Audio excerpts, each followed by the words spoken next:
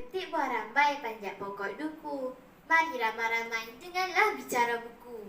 Assalamualaikum warahmatullahi wabarakatuh dan salam sejahtera. Saya, Nur Danah Falisha binti Fazli dari kelas 5 Efektif, Sekolah Kebangsaan Hadi Mama Arif, Penang, Kedah. Hobi saya ialah baca buku. Banyak koleksi buku dalam simpanan saya. Kawan-kawan, hari ini saya ingin berbicara dan berkongsi maklumat tentang dua buah buku kegemaran saya. Buku pertama yang ingin saya kongsikan adalah dari kategori karya agung, iaitu buku yang bertajuk Batu Belah, Batu Bertangkup. Buku ini mengandungi 16 muka surat bercetak dan helaiannya yang warna-warni dapat menarik minat pembaca untuk membacanya sehingga ke muka surat terakhir, terutamanya dalam kalangan kanak-kanak. Buku ini ditulis oleh Rubiah Yusuf yang diterbitkan oleh Clarity Books Sdn Bhd pada tahun 2009. Terdapat 3 watak utama dalam cerita ini, iaitu Mak Tanjung, Melo dan Pekan. Buku Batu Belah, Batu Bertangkup ini mengisahkan tentang 3 beranak yang tinggal di hujung kampung, iaitu Mak Tanjung dan anak-anaknya, iaitu Melo dan Pekan. Suatu hari, Mak Tanjung sering sangat hendak makan telur ikan terbakul.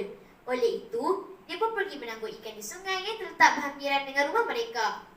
Pulang ke rumah, Mak Tanjung menyuruh Melo menyayi ikan itu untuk dibuat lauk dan mengingatkan Melo supaya meninggalkan sedikit telur ikan terbakul untuknya kerana Mak Tanjung hendak ke hutan untuk mencari akar kayu. Setelah selesai masak, Melo memberi Pekan makan lauk kegemarannya itu. Pekan memakannya sehingga habis, tetapi dia meminta lagi kepada Melo. Melo memujuk adiknya itu tetapi tidak diendahkannya. Kerana terlalu lapar, Pekan menghabiskan semua lauk yang ada, termasuklah telur ikan tembakul kepunyaan Mak Tanjung. Kawan-kawan, nak tahu tak apa yang terjadi selepas itu? Klimaks cerita ini terjadi apabila Mak Tanjung pulang ke rumah dalam keadaan letih dan lapar. Mak Tanjung meminta Melo menghidangkan telur ikan tembakul, tetapi dia merasa amat kecewa apabila Melo memberitahu yang Pekan telah makan kesemuanya walaupun sudah dilarang. Mak Tanjung berasa sangat kecil hati kerana tidak dapat merasa telur ikan tembakul yang dihidangkannya itu. Dia agak kecewa dengan sikap anak-anaknya itu. Lalu, dia berlari keluar rumah dan menuju ke arah Batu Belah, Batu Bertangkup yang berpuaka. Melo dan Pekan mengejar ibu mereka tetapi tidak berkesempatan kerana Mak Tanjung telah ditelan oleh Batu Belah, Batu Bertangkup yang berpuaka itu. Melo dan Pekan merasa sangat menyesal dengan perbuatan mereka itu. Kawan-kawan, nilai murni yang kita boleh ambil dari cerita ini adalah kita jangan sesekali menyakiti hati ibu bapa kita kerana mereka banyak berjasa kepada kita. Selain itu, kita mestilah memegang amanah yang diberikan kepada kita. Kita juga mestilah bersikap tegas terhadap sesuatu perkara yang boleh membuatkan kita alpa terhadap amanah yang diberikan. Untuk pengetahuan kawan-kawan, buku ini nipis saja jika dibandingkan dengan novel dan komik. Penggunaan bahasa yang mudah dan ringkas serta ilustrasi yang berwarna dapat menarik minat pembaca berbanding novel yang hanya ada tulisan saja tapi tiada gambar. Buku ini merupakan buku cerita rakyat yang banyak memberi kita pengajaran dan dalam ceritanya mudah diingati. Untuk resensi buku kedua pula, saya memilih buku kegemaran saya dari kategori umum. Buku ini diberi tajuk Teroka Sains 2 yang mengandungi fakta pelik, unik dan kelakar tentang haiwan yang mampu membuatkan kita tersenyum dan terpana dengan keajaiban makhluk ciptaan Tuhan Yang Maha Esa. Buku ini ditulis oleh Dr. Wang Fahmi, Wan Muhammad Nazari dan Dr. Nur Anis Abdul Hadi. Buku ini mengandungi 150 muka surat dan diterbitkan oleh Teroka Sains Sdn Bhd. Buku ini pula dicetak oleh Gutenberg Pressworks. Untuk pengetahuan kawan-kawan, buku ini pertama kali dicetak pada bulan Disember tahun 2019. Oleh kerana mendapat permintaan yang sangat tinggi, buku ini diulang cetak kali kedua pada bulan Jun tahun 2020, kali ketiga pada bulan Ogos 2020 dan diulang cetak untuk kali keempat pada bulan September 2020. Laris macam pisang goreng panas tau. Nampak tak kawan-kawan? Di sini jelas menunjukkan bahawa buku ini sangat digemari oleh masyarakat kita. Buku ini sangat sesuai dibaca oleh semua peringkat umur. Cetakannya yang berwarna-warni dan gambar-gambar haiwan yang menarik dan pelik membuatkan kita tak jemu membacanya berulang kali. Teroka, faham dan kagum adalah kunci utama yang kita akan dapat bila membaca buku ini kerana ia membongkarkan kisah pelik haiwan-haiwan yang terdapat di alam ini. Jom kita tengok apa isi kandungan buku ini. Antaranya, ikan juga mengalami mabuk laut sama seperti kita manusia. Hahaha, pelik kan? Tapi benar. Seekor semut mampu mengangkat beban yang beratnya 50 kali ganda berbanding berat badannya sendiri.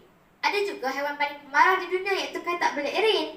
Sebenarnya bukan marah, tapi rupanya memang begitu. Sebab mulutnya yang kelihatan seperti marah.